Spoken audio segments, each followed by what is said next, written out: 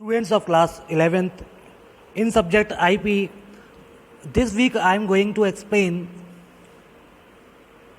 chapter flow of control statements, and today I will discuss the programming questions which may come in exam. So first we start from the second question of your book. Use the Python range function to create the following list. Exam में आपसे पूछ सकते हैं, आपको अगर list create करनी है तो आप पाइथन में कैसे क्रिएट करेंगे रेंज फंक्शन के द्वारा। तो answer is this, use range function and pass the list 7, -6, क्योंकि हमें 7 से स्टार्ट करके -5 तक क्रिएट करनी है, तो ये हमने इसकी रेंज बता दी और स्टेप -4 कर दिया, यानी कि हर बार -4 करता जाएगा वो। जैसे 7 -4 3, 3 -4 -1। आपको समझ में आ गया होगा। अब हम कैसे लिस्ट क्रिएट कर रहे हैं। रेंज फंक्शन में पहला होता है स्टार्ट आर्ग्यूमेंट और दूसरा होता है हमारा एंड।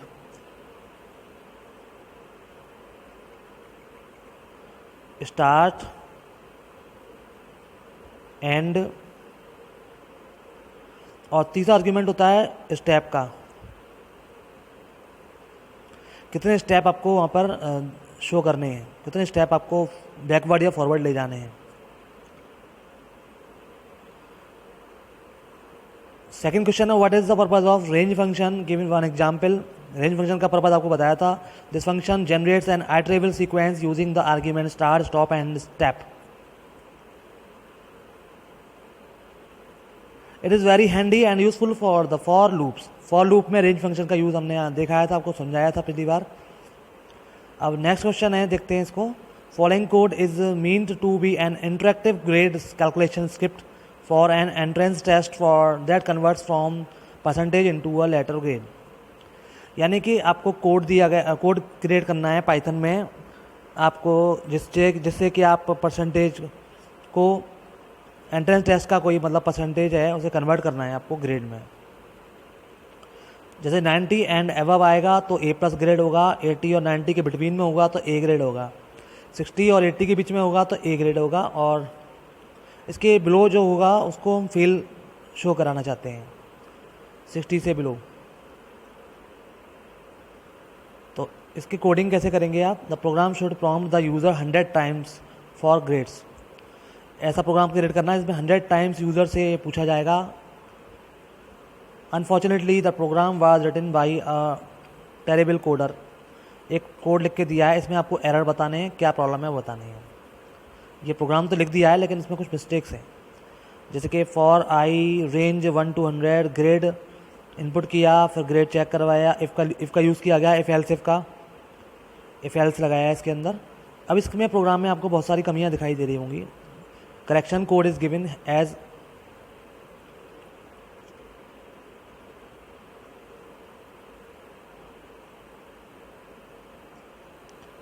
सबसे पहले फॉर लूप लगाने का तरीका वहाँ पर गलत दिया हुआ है, फॉर लूप गलत लगा के दिया हुआ है।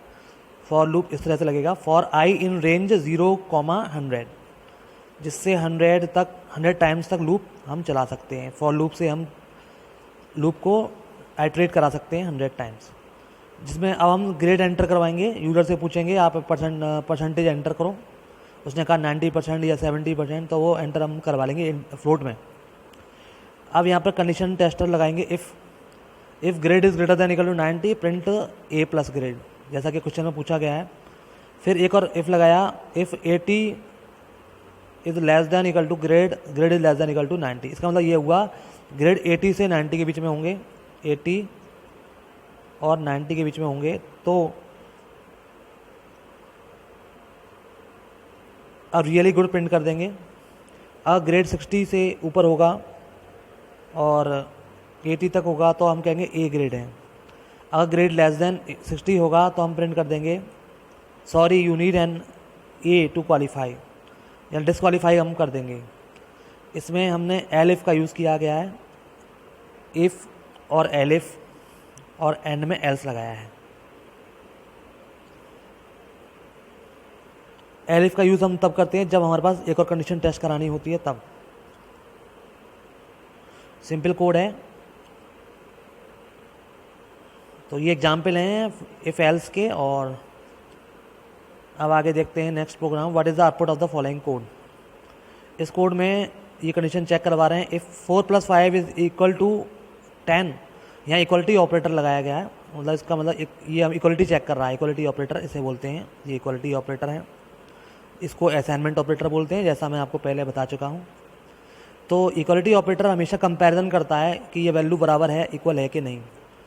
अब क्योंकि ये इक्वल नहीं है तो ये फॉल्स हो जाएगी, इसलिए ये प्रिंट नहीं करेगा। और फिर एल्स पर हमारा कंट्रोल आ जाएगा। एल्स में लिखा है प्रिंट फॉल्स, तो पहले फॉल्स प्रिंट हो जाएगा आउटपुट में, और जब लूप एंड हो जाएगा इफ एल्स का, तब एंड में प्रिंट कर देगा ट्रू अगेन। तो आपको समझ में आएगा वो प्रोग्राम कैसे प्रिंट करता है। आउटपुट आपको लिखना आता है। एग्जाम में ऐसे क्वेश्चन आते हैं बोर्ड में, और आपके एग्जाम में भी आएंगे। Write a program to input a number and then print its first and last digit raise to the length of the number. Number of digits in the number is the length of the number. Digit की जितनी लंबाई होगी वो उसमें number of digits पर depend करती है। अब आपको एक प्रोग्राम लिखना है जिसमें यूज़र से इनपुट करवाना है नंबर को, और प्रिंट करवाना है फर्स्ट और लास्ट डिजिट को raise to the length of the number.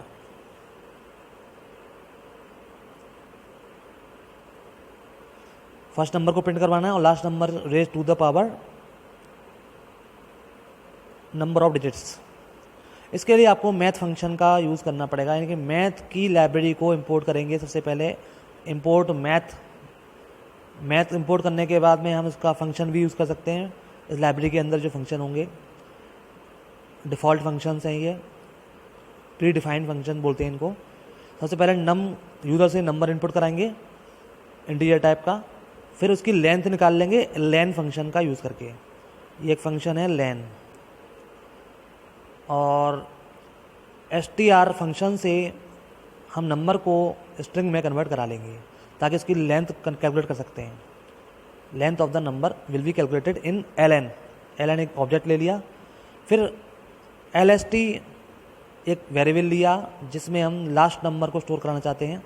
उसके लिए हम क्या तरीका अपनाएंगे, हम उसका मॉड्यूलस ऑपरेटर से इसका कैलकुलेशन करवाएंगे नंबर का 10 से डिवाइड करके। जो रिमाइंडर बचेगा वो हमारा लास्ट नंबर होगा। इस लाइन में देखिए, अब फर्स्ट नाम से वेरिएबल लेंगे fst या फर्स्ट कुछ भी ले लीजिए। फिर हम यहाँ पर फ्लोर डिवीजन ऑपरेटर लगाएंगे यहाँ पर, और मैथ लाइब्रेरी के अंदर पावर फंक्शन का यूज़ करेंगे। पावर फंक्शन क्या करेगा, 10 टू द पावर लेन -1 करेगा। जैसे कि मान लो हमने 253 नंबर एंटर करवाया यूज़र से, तो उसकी फर्स्ट डिजिट आ जाएगी 2 और लास्ट डिजिट आ जाएगी 3। इस फॉर्मूले से हम उसकी लास्ट डिजिट को और फर्स्ट डिजिट को कैलकुलेट कर सकते हैं। नोट डाउन कर लेना, ये इंपॉर्टेंट है। तो लेंथ है उसको प्रिंट करा देंगे और फर्स्ट डिजिट को प्रिंट करवा देंगे जैसा कि क्वेश्चन में पूछा गया है। First digit raise to the length.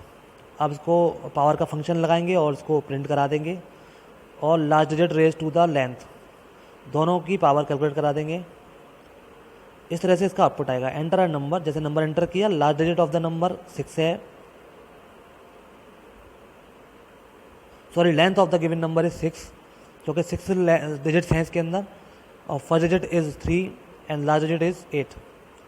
अब इसकी पावर कैलकुलेट करा दी और ये हमारा आउटपुट हो जाएगा इस तरह से।